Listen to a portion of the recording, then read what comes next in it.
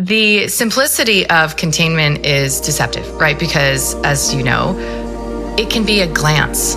It can be a hand on a shoulder. It can be the tone of your voice, the tenor and depth of your vocalization, right? It can just be the stillness with which you're standing. But to get to that place where you're a man who can offer that kind of regulation of your system to anyone in your midst, you got to do a lot of fucking work, right? I know you know that's what you're here for. And I'm so grateful for it, because a woman cannot teach a man that, nor should she, right? This is something I believe women learn with women and men learn with men. Yes. And I wouldn't be able to receive, first of all, I wouldn't be able to identify or put myself in the presence of a man who can offer containment if I am a woman who is unwilling to surrender. Right? So not submit, but surrender. If I'm unwilling to, because I've coupled that with danger, I will consistently put myself around men who induce leadership in me.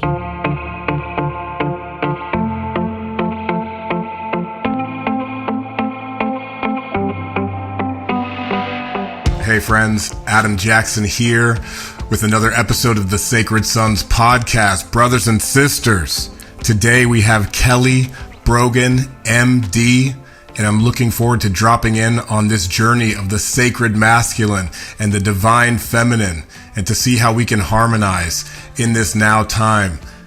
Kelly, welcome. Thank you. It's such a pleasure to be here, and my favorite topic to engage in discourse on, so I'm here for it. Yeah. One of the things I'm fascinated with you is how you have actually kind of distanced yourself from the medical model, the standard medical model, and reclaim this kind of path of sovereignty in your journey. And Kelly, on this beautiful day, what is most alive within you? It's a kind of a paradox that I feel what's most alive is the awareness that I'm getting way better at resting in peace and experiencing stability and simplicity and like big gulfs of unscheduled time. I used to be a real drama addict, and I've come a long way. So that's what I've just this morning been really noticing that. And how have you come into this new stillness? With that? It's been, in some ways, the hardest work that I've done. And what I mean by hard is that I have had to take baby steps, like titrate into a new response to the world as I perceive it. So I still perceive the world as demanding quite a lot from me. And I still have my old, very well crystallized programming around my productivity and my achievement. I'm a single mom and an entrepreneur and all the things, right? So there's a billion, million, trillion little things I could be managing at any given time. And so developing the alternative response to the reflexive do something impulse has been a process over many years. And it actually started with some very mundane practices. Like, for example, I call this urinary reclamation. But for example, I decided to start prioritizing my biology. And I am very passionate about health reclamation. That's my, as you mentioned, that was my entree into the sovereignty world, was understanding that my body has infinite wisdom and that illness is not actually what we think it is, and our symptoms are messages, and absolutely everything can be transformed. Okay, so that's my background. But still, because I'm such a mentalizer, I didn't spend a lot of time home in my body. And one of the cardinal, signs of that was that I would do what most women do. And we really learned this in grade school, is that I would pee, like literally go to the bathroom and pee on someone else's schedule. Right. So if I'm having a conversation socially or professionally, I would wait until it was convenient. And then I would use language like, I'll be right back, or I'm going to go pee quick, or I'm just going to be a minute. Right. And so I am in so many ways really cementing that fragmentation from my own body, from my own, and it sounds like, seriously, Kelly, but it's from your own programming. No, I follow that. Yeah. So I decided to start to prioritize it. So what I would do is literally I remember the first time, it was a Luke story. If anyone follows his I know podcast. Luke. Yeah. So it was on his podcast, and he has long form podcasts. And so I was sitting there, and it was like 3 hours or something, and I had to pee. Okay. And it was the first time I had been on hundreds, maybe thousands of podcasts. Okay. And this was the first time in my entire career that I said, you know what? This is not live. I'm going to go. And maybe even if it was, I would have. But I said, I'm going to go to the bathroom. So no qualifiers. And I went and I peed. And then the last part of this practice is that I would actually focus on the pleasure of moving from having to pee to the relief of having to pee. So there's so many inbuilt pleasurable experiences that the body offers. I mean, simple, like I live in Miami. Okay. I'm blessed. And I will walk out the door. The breeze is the exact temperature of my skin. So I just feel this wave of sensation through my body that is somehow like impossible to even detect. I mean, it's so pleasurable. And if I were in my doingness, I could easily miss that because I would be thinking about the next thing I'm doing, right? So all of this inbuilt, I could like run my fingernails up my arm and feel like shivers up my spine. There's so much pleasure available in my body. And in these simple, mundane ways, even through just enjoying peeing, I started to reclaim that. I started to listen to my body literally, not like a figurative spiritual worldview, but literally.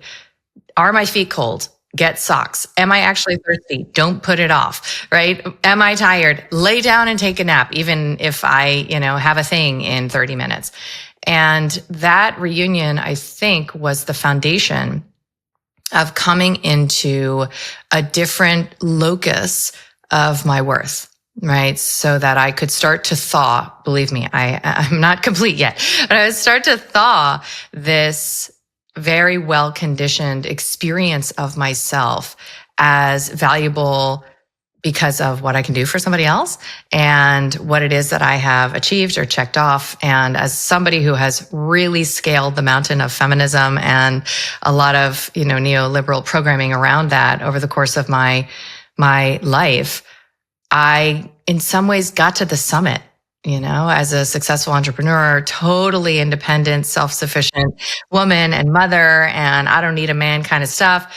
And I got to the top several years ago, one of the summits, let's say, where I experienced all the promises of my, I can do what you can do bleeding kind of, psychology and enculturation. And I just looked around and I didn't feel the things I was promised I would feel.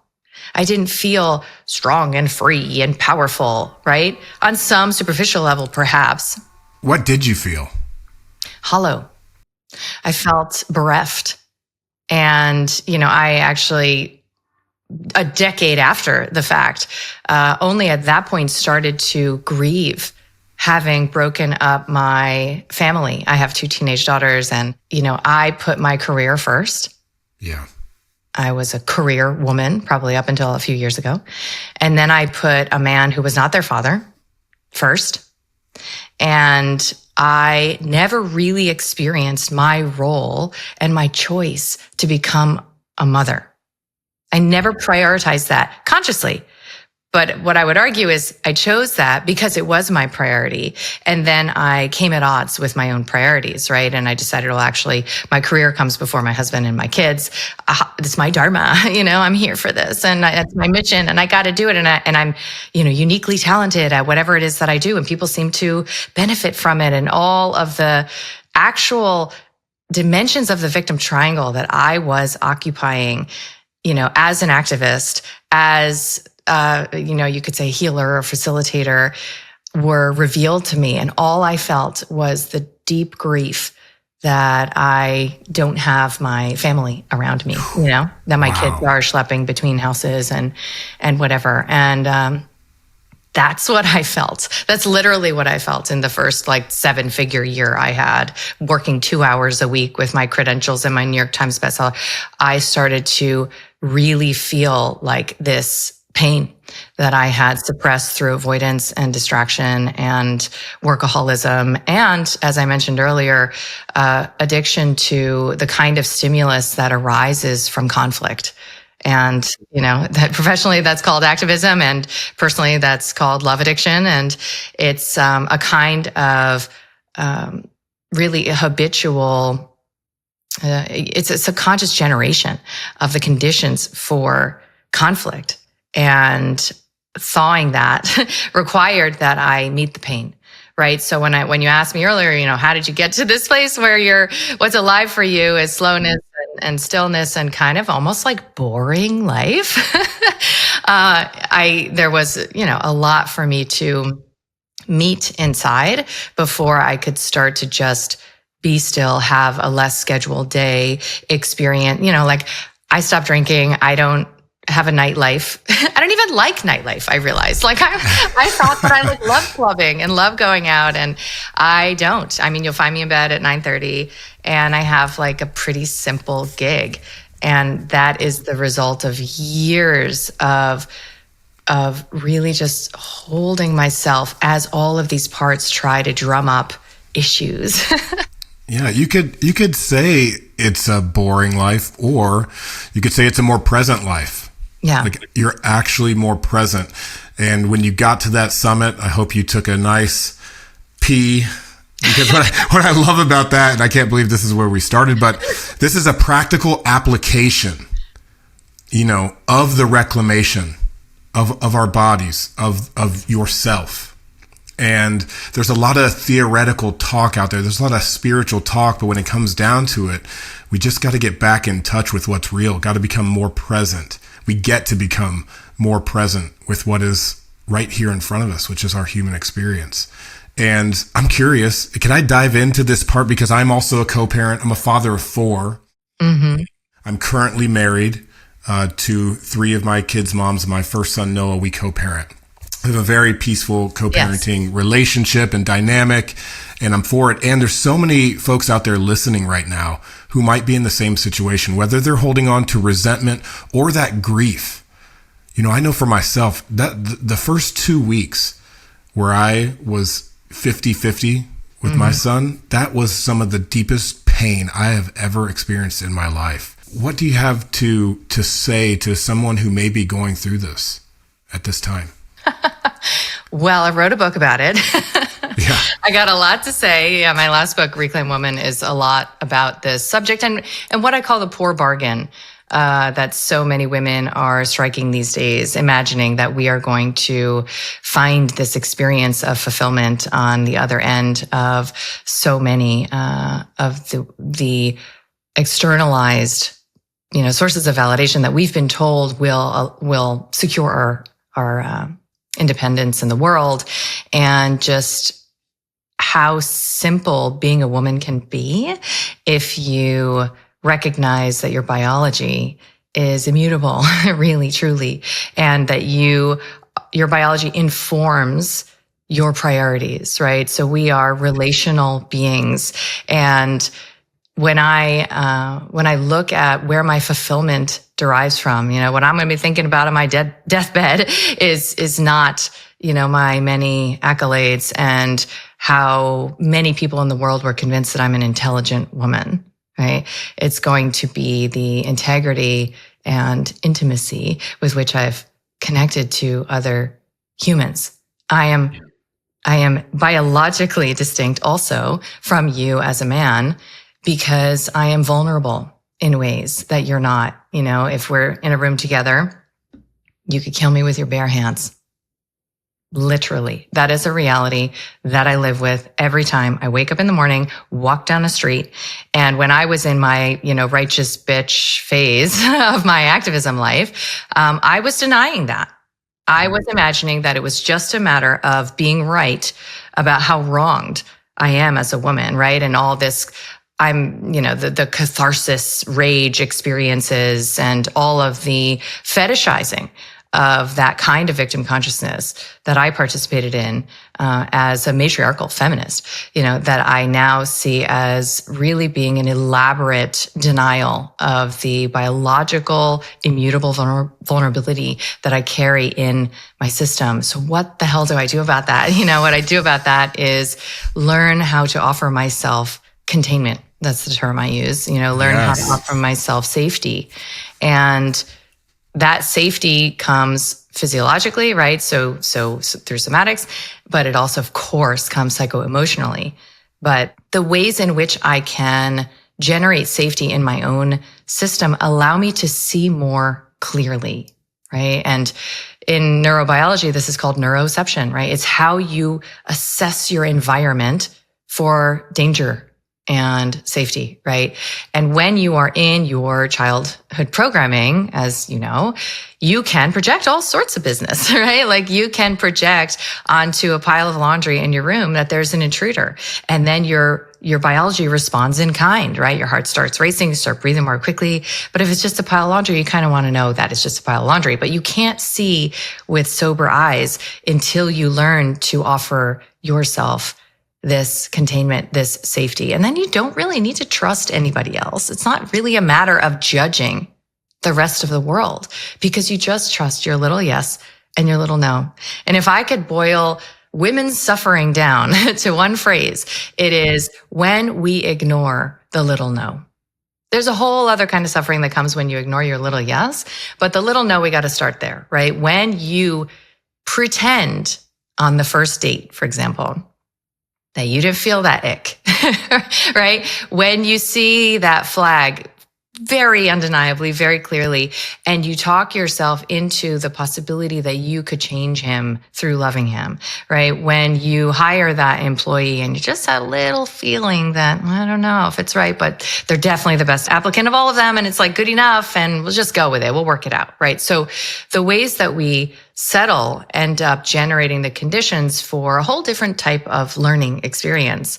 And that's why I've become pretty obsessed with the topic of mate selection, because that's where it starts, right? So who you choose to marry, let alone procreate with, is the most important decision of your life. Yes, and there's so many medical induced barriers like birth control.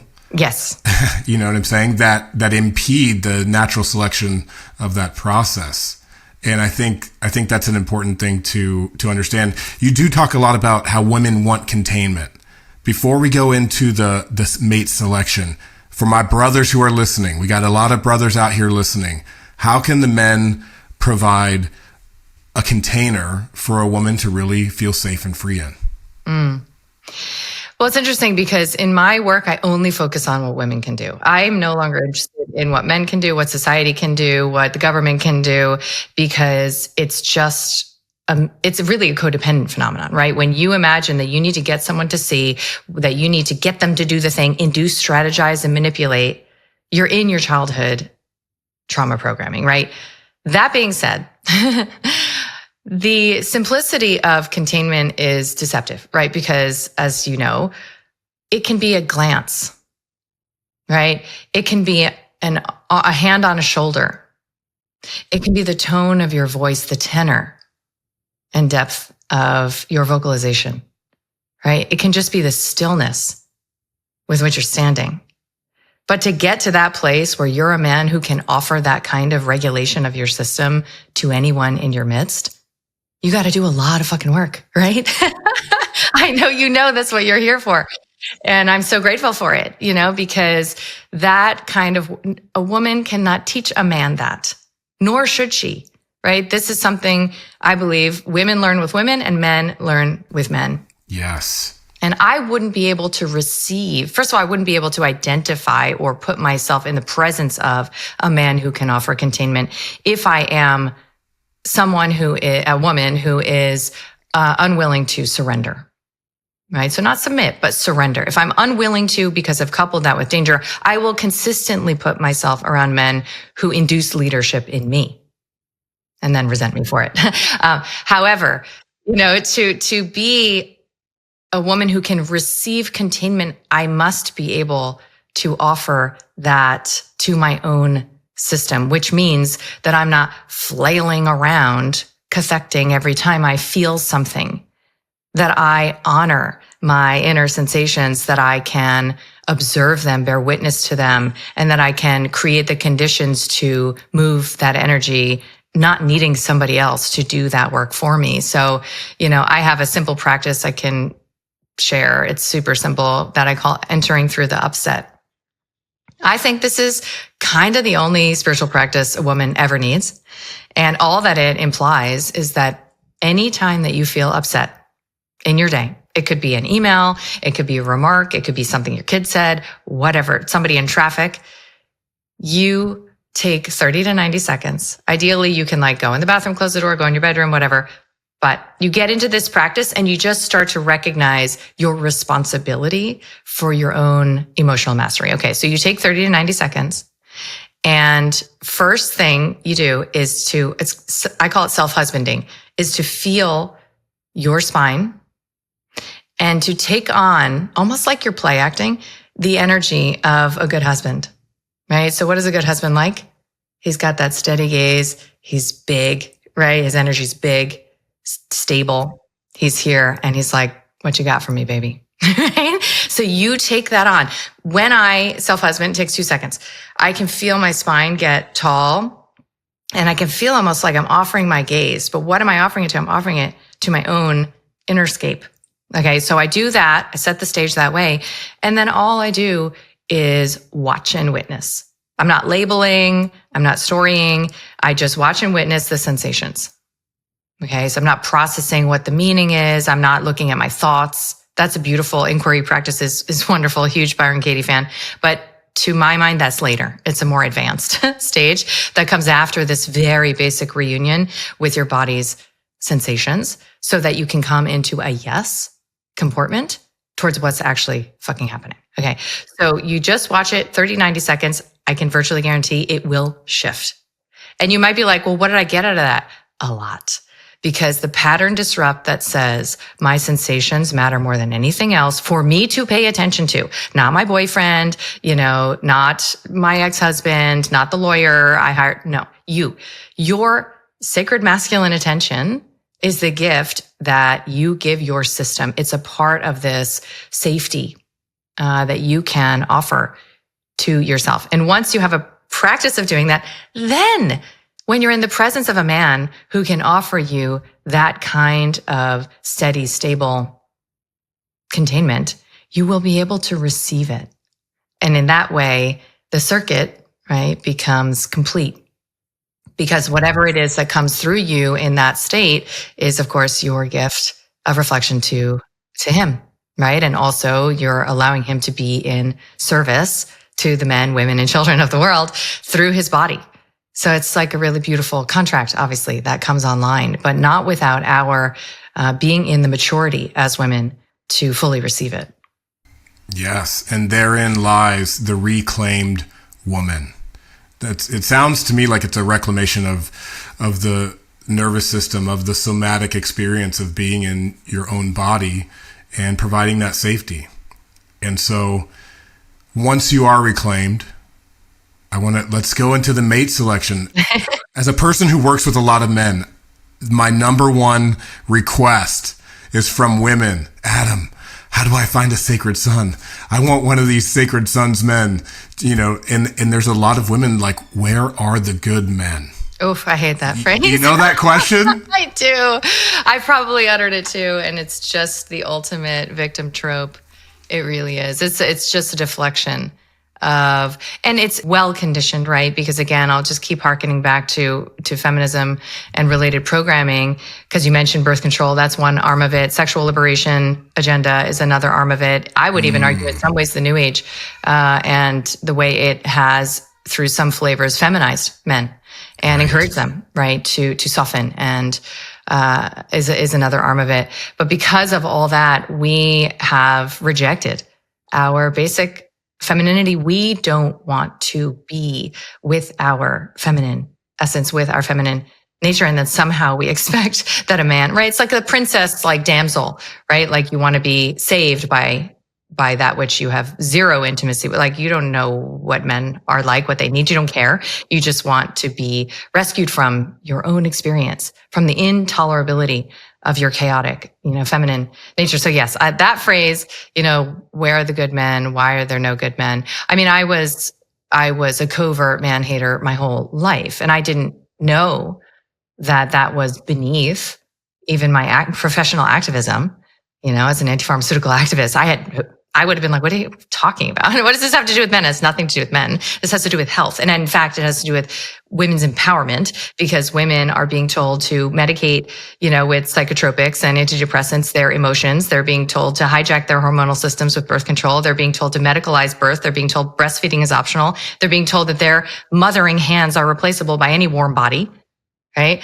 They're being separated from their own wombs and encouraged to transcend their biology. So that's empowerment, isn't it? Right? To be on a level playing field with men is what we're going for. And I now recognize that was a zero-sum game, right? So to imagine that we could subdue and in many ways oppress in kind the men who have done us wrong, which I actually also believe is a figment, because men and women have been oppressed. And, there might be an upper crust of 1% of tyrants who happen to have penises. But for the most part, we're all struggling in this life. Okay. And, when I started to shift my perspective, I looked around and I saw a lot of men doing a lot of thankless jobs for me in the world. I looked around at the infrastructure of this life that I enjoy, and I could see the fingerprints of men who made this for me, who fixed this for me, who do these, perilous things, who risk their lives in ways that I am not only not interested in, but not willing to, right? And I started to see that the path home to myself, right? Because I don't believe in altruism or philanthropy. I believe everything must be for yourself, or you're denying a need that will be codependently met. The path home to myself is to no longer speak ill of men, and to recognize that my appreciation and admiration is the currency of exchange. It's actually a superpower. Yes. Yes. And I'll tell you a quick story about my handyman, because as a single woman, there's a lot of stuff, as I mentioned, that I don't know how to do. Uh-oh. Where are we going, Kelly? You got a handyman coming over now? I got a handyman coming over. He's fully clothed, don't worry. And he helps me a lot, right? So he's kind of like house husband, he helps me with a lot of things. And anyway, I'm just chatting with him, and he's telling me about his son. And he's like, oh, my son wants to become a welder, but it's a super dangerous job, even though it's very lucrative. I don't know anything about welding. And I was like, wow, that's so interesting, because I was just in this phase. I referenced talking to you just now. And I said, it's interesting because I've been walking around and I used to cringe at construction sites, for example. And now there's a part of me that walks by and I'm like, wow, how do y'all know how to do that? That is so incredible, what you're doing. And I'm so glad that you're doing it, right? I mean, not necessarily building up Miami, but you know what I mean? I'm so glad that there are people out there, taking care of business. And I told him this, and he said to me, this could still bring tears to my eyes. It was such a poignant moment of remembrance for me. I'll never forget it. He looks at me, and he's not a sentimental guy, okay? He looks at me and he's like, we do it all for you. Mm. And I felt in that moment the remembrance that all I have to do is wake up in the morning as a woman. That's all I got to do. Wake up in the morning and just enjoy being a woman in this woman's body, and respect and appreciate the men who I offer utility to. Meaning that if I can offer an opportunity for a man to feel needed in my lifescape, the circuit is closed, right? So the contract is fulfilled. And I understand that now. But when I was in my victim mentality and I imagined that I needed to prove, this equality, this figment of equality rather than equity, I needed to prove that I deserve it, right? And take it if I need to. and induce, some kind of punishment, as needed, I was unable to fulfill my role, right? Which I believe is my biological role, which is to simply be, just simply be as a woman, and to come into comportment towards the men in my life with respect. And I don't know that I had ever really shown a man respect, because I am my masculine competencies are top of the heap. Okay. I'm an extremely capable woman, and I've developed these from fear and woundology, right? And it's worked. It's served me.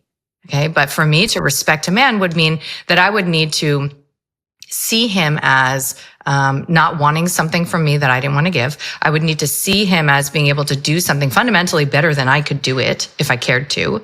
And I would need to understand that the vulnerability of showing appreciation or admiration or respect is actually a safe place to be. Okay. Where did this originate from in you? I don't want to over psychoanalyze or anything like that, but what was your relationship to your father? Like, when I hear this sentiment of, I never had respect for men, like, where did that begin for you? I think I have a pretty typical, in some ways, story as a woman of my generation anyway. And it is that I decided to become the better father, right? I decided to take on the qualities that I saw as conferring advantage, in the world. And I'm a big practitioner. I like to practice. I actually also am trained, but in the realm of family constellation. I don't know if you're familiar. Okay. So, one of the things that I've learned is that the mother is the holder of the story of the father, right? And the mother is the one who gatekeeps the perception of the father, right? And so it is through your mother's eyes that you will see your father, whether you're divorced or he's dead or it doesn't matter, but also men in general, right? So I certainly was also of the generation where many, many girls grew up to be teenagers who believed that men are not to be trusted, right? That men are just out for theirs, and that we need to be strong and independent. And my mom actually was a stay-at-home mom. And I was raised with this messaging from very early on. I mean, my first job, I was like 10 and I started working at a bagel store. Okay. So, and I've basically been working and providing for myself ever since. And if she had known that I would become a woman who created the conditions to provide for herself, right, rather than a woman who attracted a provider, for example, I imagine she would have held that with a little bit of a different nuance, but it's informed by a legacy of women who taught her the same message. And so I really see, and part of why, my perspective on these things is well received by a lot of women, is because a lot of us have had this kind of experience where we built up this armor, and it does serve, right, to know that I can make it in the world on my own. But what if knowing that actually generates the conditions for me to have to, right? I remember I was in an Uber recently, and I was with this guy, and he was from the Middle East, and he has 2 daughters. And he was talking about how proud he is of them, like they're going to college and they're doing all the things. And I made some joke about how, excited I am for them to find like wealthy, powerful, trustworthy, attractive husbands in college or something like that, right? And like, that's the point of college. And he said, well, but you never know what's going to happen, right? And meaning in a marriage. And I thought, well, if you raise them with that psychology, they will make sure it's affirming the consequent. It's actually a logical fallacy, right? They will make sure to prove that you were right, that they did need to look out for themselves. And, I have kind of a friend, mentor, spiritual guide, Tom Cowan, in my life. I've been blessed to have him in my life over the past couple of years. And, he's told me his perspective, which is that until you merge finances with no prenup and no plan for how you'd manage things, you're not married. And, in that case, hasn't happened yet for me. Yeah. But that brings it back to the power of the containment and the surrender. Like those two things coming into harmony is what actually creates maybe what you're seeing as like a lasting relationship. And the reality is relationships are hard. As much as our relationships are our greatest teachers, are maybe, in my case, my spiritual path is my relationship to Hannah. Like this is my spiritual path. Yeah. And I've done some hard things. I'm a seeker of experience. You know what I mean? But so what is the right mindset to raise for that man, or even for yourself? You have 2 teenage daughters. What is the mindset to raise them with? Well, I have 2 daughters, as you mentioned, and there are a couple of things that I have made sure that I am a broken record about.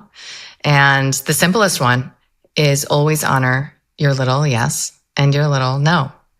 From an early age, I would do, little exercises, I guess technically kind of kinesiology exercise. I would do little exercises with them where I would like have them feel for what a yes feels like and what a no feels like. Now, the caveat, the disclaimer is that when you raise girls, and, one of my books is called Own Yourself. And my daughters one day, it's ridiculous.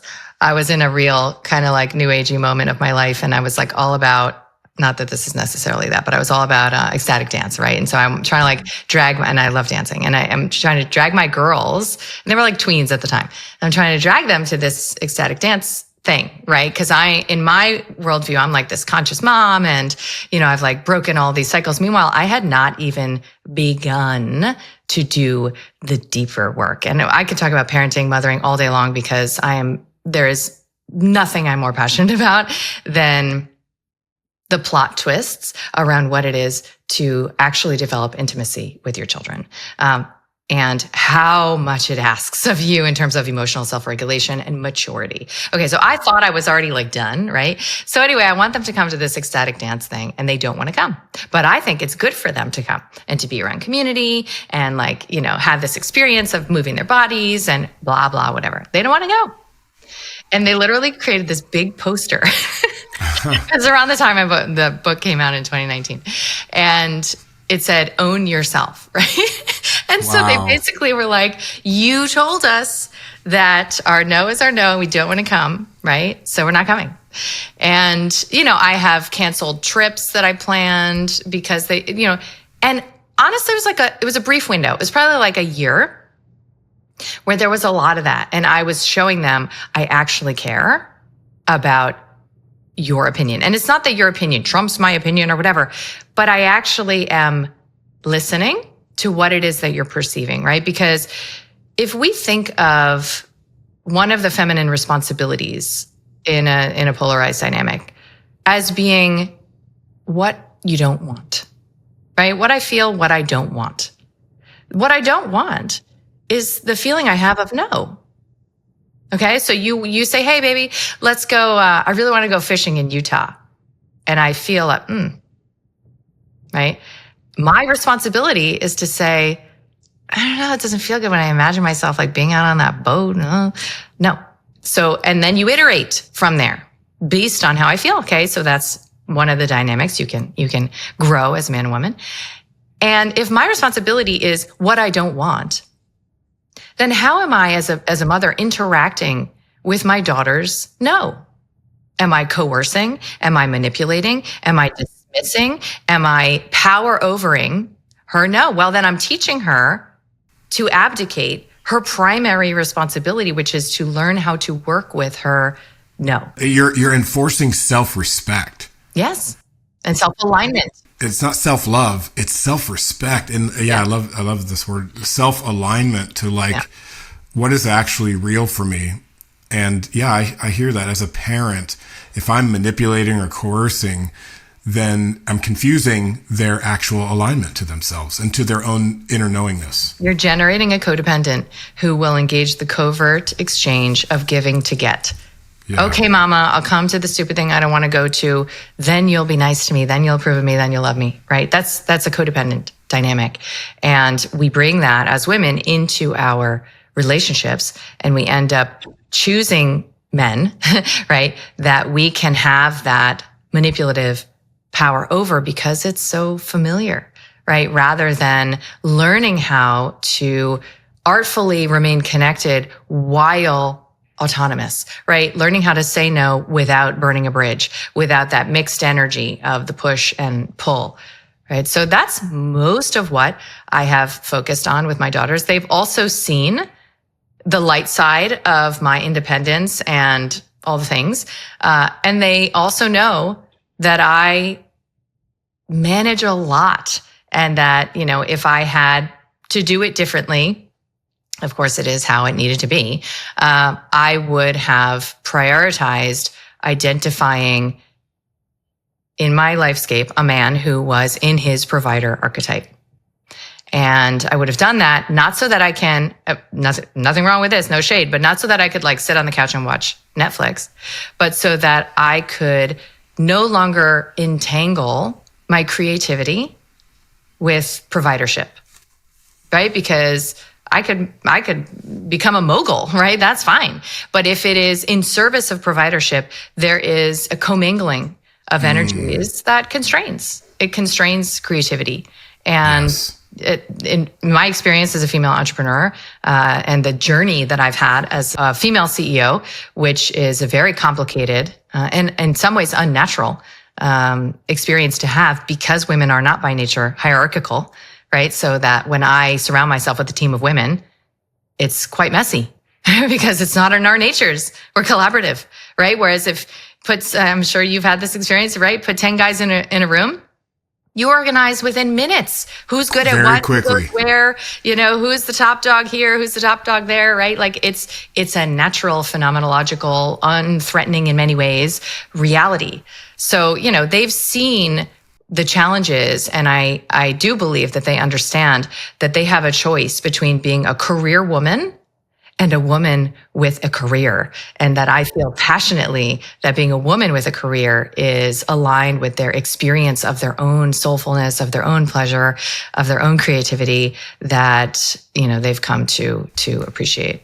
I love that. And if the mother is the holder of the story of the father, even in this dynamic, you're a co-parent. Yes. Maybe you wish things could have been differently, yet here we are. How do you speak to your girls about their father?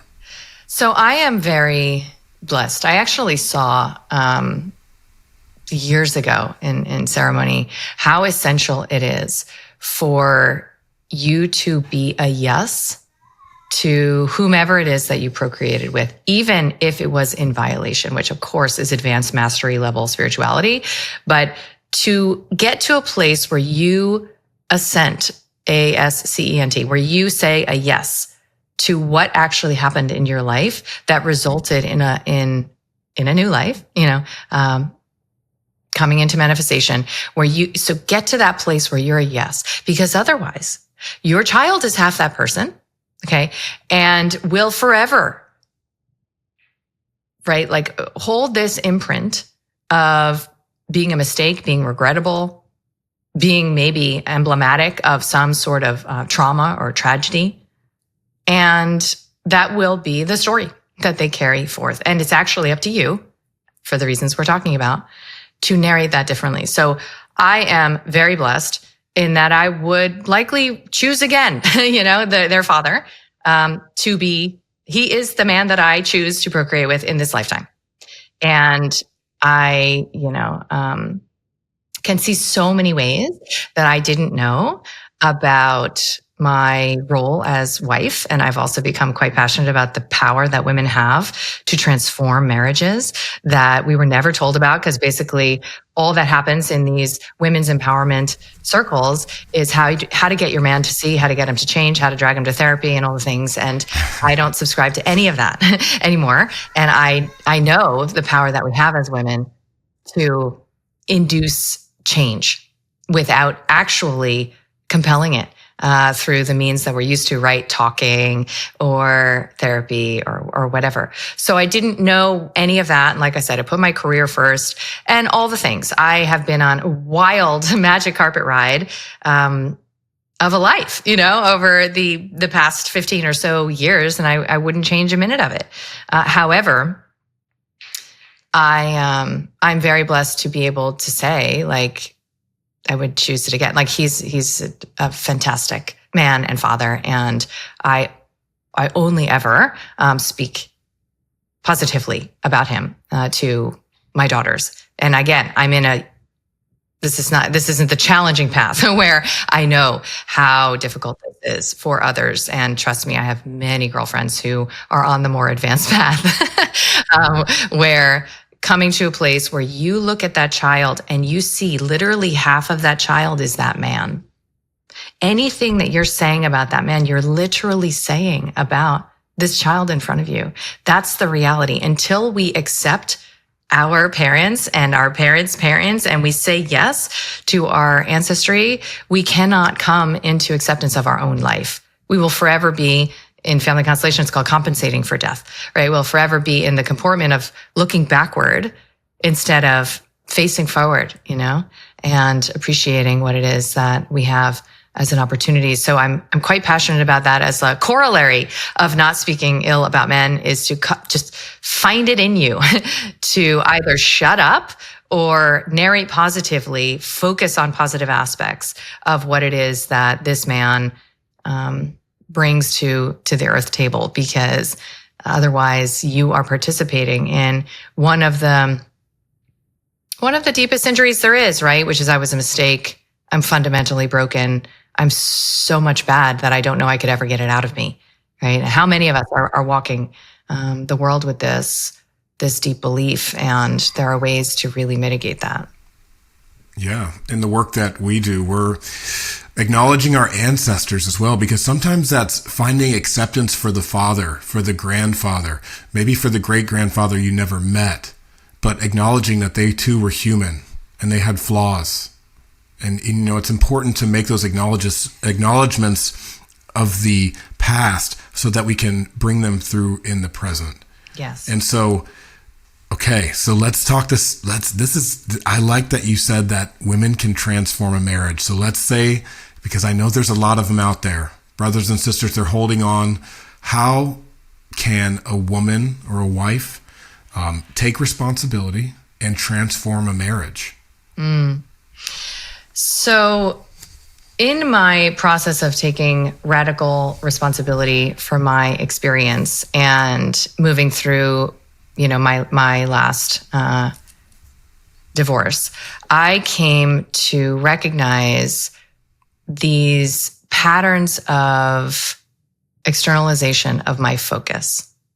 And what I mean by that is how much of my life force energy was out there trying to understand what somebody was thinking and why, what they were doing and how, and trying to reorganize another person's experience, behavior, beliefs, perceptions, so that I could feel okay in the world. So I was in a very deep habit of helping men. And I'm a psychiatrist, okay, so I have an even more intense handicap because I'm trained in helping, right? I'm extra good at helping. And so just let me help you. I'm going to help you. And I came to understand, I'm very, I don't know, it's like quite a blessing for me in my life that I attract like quite amazing resources at the perfect time. And a lot of what I teach and offer is a curation of what has served me. What came to me in just the right time. So I find myself sitting on an airplane years ago, actually post 2 marriages, and reading a book called The Surrendered Wife. And I honestly do not even remember how, it's an older book, how it landed in my hands, but it did. Because I remember the feeling of being like, this is kind of, the optics are weird, being on a plane, reading a book with that title, whatever. And I've since had the author on my podcast and summarized her work in my own book. And her name is Laura Doyle. And her more sort of updated version is called the Empowered Wife. And I feel that she has really simplified the task for us. And I'm not going to give away all the pearls, because the idea is that you're not involved as a man. You're like literally not involved. So a woman who is doing this kind of work on her life is chiefly focused on filling up her cup. So it's the resolution and the disrupt of that codependency. She is, I call it sacred selfishness. She's radically focused on her self-care. Trust me, this is a full-time job. On her self-care, on her internal experiences, right? Being with herself, as I mentioned. She's focused on the things that are pleasurable for her, right? What does she do every day that's literally like superfluous pleasure, right? What is creatively inspiring for her? What hobby is she pursuing, right? So there is almost no time to do pretty much anything else when that is your priority. So you're focused on that. And then the rest of the sort of tips and tricks that are offered are in service of staying in your lane. Okay? And honestly, shutting your mouth. Because we're trying to pattern disrupt that fear of the bad daddy reflex that says, I am going to get you to see, I am going to get you to behave, I'm going to get you to love me so that I can finally feel safe. We are maturing beyond that. And the first and most important step is to shift your focus and then halt the addictive behavior. And the most addictive behavior is the yap, right? It is, he's driving the car and you're telling him he's going too fast, he should make a right there, literally and figuratively, right? Or you ask him to do the thing, but he didn't do it. And so you ask him again, right? So the micromanaging, the henpecking, the controlling reflex. And you come into a relationship with what it is that you want, right? And you learn to vocalize that in what she calls pure desire. So you come into the kitchen and it's a mess and you're just not in the mood to deal. And all you say is, I'd love a clean kitchen. And you see, maybe he solves that problem, right? Maybe he figures out a way. Because what I've come to recognize personally is that men solve problems in very different ways than women. And it's not necessarily better or worse. It's fundamentally different. And often that different way is what is called for in a given situation for the harmony of the whole. Because I am an epic problem solver, right? Like you want to come to me as my girlfriend if you got a thing going on. But the truth is, the situation may be asking for something that as a woman I couldn't perceive if I am abandoning my felt sense to come into my problem solving brain. I will miss the mark. Right? So she talks about the ways that you express respect, that you apologize. That's a big one. Come on now. That's a tough one. Have you seen, there's like a meme where it's like men and women and the words, I'm sorry. Yeah. And the men will draw a straight line and the women will like go around and around and around until it's like, no, you're sorry. I know. Let me show you how you're sorry. Yes. Yeah. And it's subtle too, because this isn't about just like creating a script for you to get the things that you want. It's about embodiment. It's real. It's an embodied. Yeah. It's a shift in any spiritual evolution is a shift in perspective. So this is it's just the biggest plot twist I've ever experienced. And I've seen it 100 times over around me, work. I was out to dinner with one of my girlfriends who's been married for a long time, but who's just started to do this work. And it was her husband and me and her. And her husband's talking about a book, right? But it's like a book we all know. And he says the title wrong. Like he just kind of biffs the title, right? He just misses it. And then he says it wrong, like again, later in the conversation. And my friend is so cute and sweet. So it's not like she like came out like all cold and bitchy or anything like that. But she's like, oh no, I think the title is this. And he's like, oh, you're right. And I could feel, perhaps it was a projection, but I could feel his shame in that moment. And I felt discomfort in this mundane, stupid moment I would have missed, even 2 years prior. And later on, I said to her, nothing, we move on, right? Later on, I said to her, I said, listen, I know you're doing this work and I know this is a big ask, but I wonder if you would consider apologizing to him for disrespecting him in front of me. Wow. I know. Sometimes I'm like, who are you, Kelly? This is a very radical concept. If you had known me in my 20s, I would have been that bitch being like, you can lick my feet right now, right? Like it was just, it's been a process, but I've pivoted so many times now that I know the terrain and I know there's a very humbling, uncomfortable squeeze as you're shifting identities. And then it's so worth it. Okay. So why would I do this? For him? No, it's for you. It's always for you. It's so that you can have the man that you want. Okay. So I suggest this, whatever. I wonder if you might consider that. Immediately, she knew that there was something here for her because she started joking like, oh, can I do it like in the dark in bed or like, and he's like in the other room or whatever, joking about how uncomfortable it is. So she does it. She summons the courage to say, you know what? I corrected you about that title and it wasn't necessary. I'm sorry for disrespecting you in front of Kelly, whatever. And it's not that it's about me, but you know what I mean? To disrespect your man correct your man in front of other people. I don't got to tell you, right? So she did this and she said it was one of the most intimate experiences they'd ever had in 20 years. What ensued after that. Wow. Right? And so it can be so basic and simple, but it requires that self-observation. It requires humility. And it also requires that you keep your eye on the damn prize. Because if you think this is a zero-sum game, you're not on the same team and you will literally never have the experience that you want from this man. So you might as well go. You might as well go. And one of the things that Laura Doyle says is get off the fence. If you want to go, go. But if you're going to stay, this is how you stay. There ain't no other way. There's no way that you're going to experience safety and connection in a relationship where you are right and he's wrong. It just simply doesn't work. It's victim consciousness, it's competition, and it's you and your daddy wound, him and his mommy wound, and it's a hot mess. Okay. So you can disrupt that through these simple adjustments of your behavior and the shift of focus onto your own pleasure, fulfillment, and satisfaction in life. It's also how you become unbothered, right?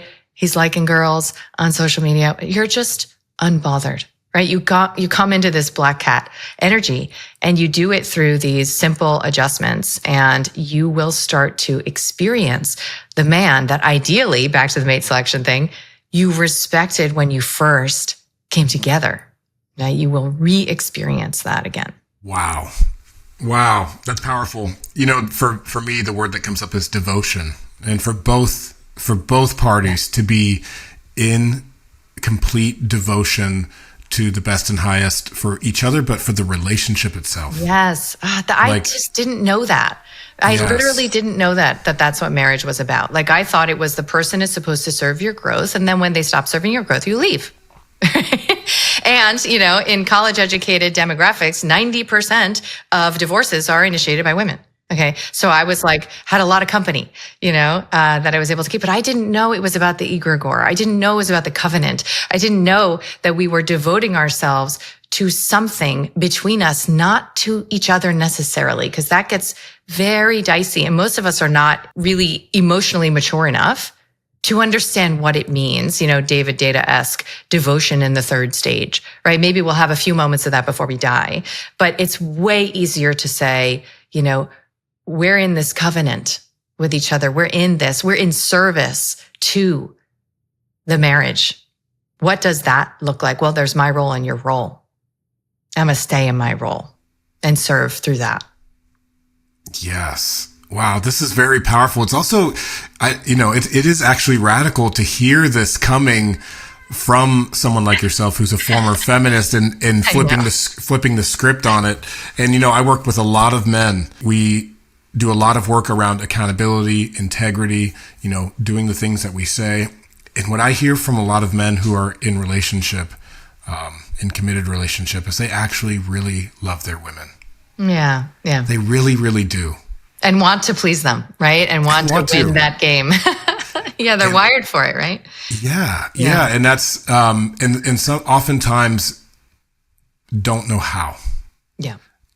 And I love this perspective that you're bringing on to the feminine, which is shifting into a more harmonious way of being that is symbiotic with the biology. Bringing it back to the womb and to birth, and even how you acknowledge like breastfeeding. Like this incredible superpower of nurturing and nourishment that women actually have to provide. And then watch how men just like conform to that and fix the things and clean the kitchen and clean up the mess, or do the things that need to be done with a much more subtle gesture. Yeah. Yeah. I mean, and if the women listening want to bear something in mind, it's set your man up to win and also let him fail.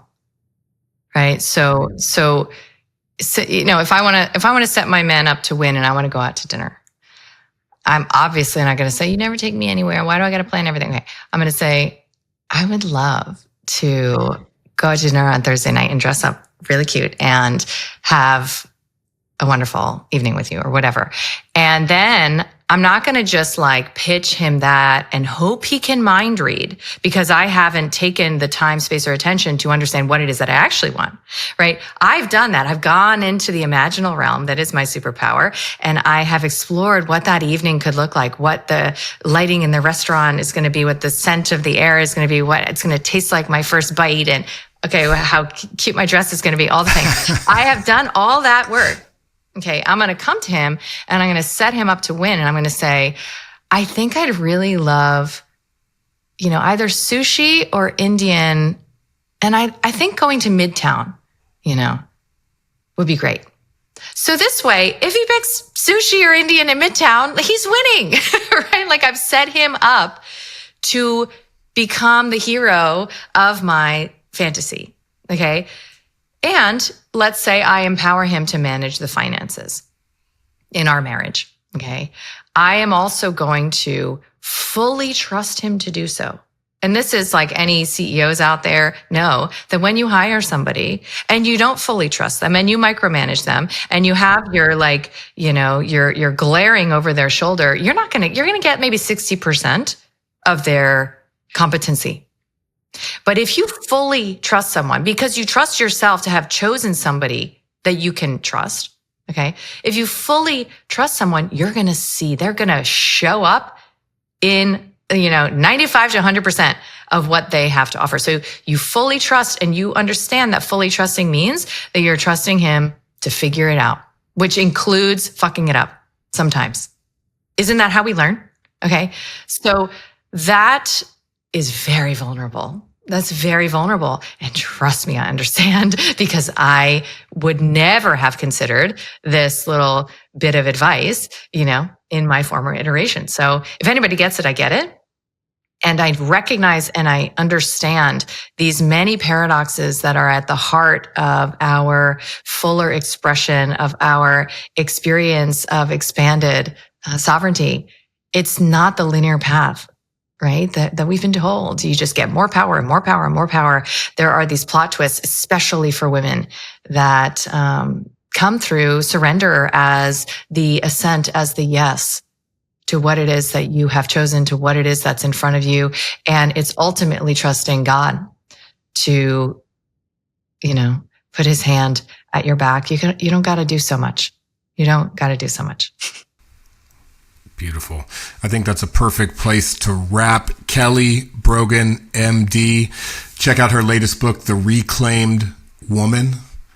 And Kelly, if there is any final message, a poem, a song, a lesson that you would like to leave with the brothers and sisters who are listening, now is the time. They listen to the podcast. They came all the way to the end and they just want to know, what's that last bit of gold she's got for me? Now's the time.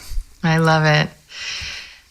Well, I've been asked many times what a reclaimed woman is, and I'd love to offer what I think of these days, which is that it's a woman who guards her energy, who values and loves her own energy so much that she's not going to waste it on proving, on blaming, and finger pointing and defending. And that transitioning beyond those habits with other women who are invested in becoming in this way is the most fulfilling and humbling experience that's available in the modern moment. So yeah, I'm here for it. She's here for it. We're here for it. Sacred Sons, we're here for it. Wow, this was a powerful one and very, very kind of different than I thought it would go. So I appreciate the radical shifts that you've made in your life and on your path to become this version of yourself. Thank you so much for being here. Everybody check out The Reclaimed Woman. With that, Kelly Brogan, MD, Adam Jackson, Sacred Sons. We're out, family. Peace.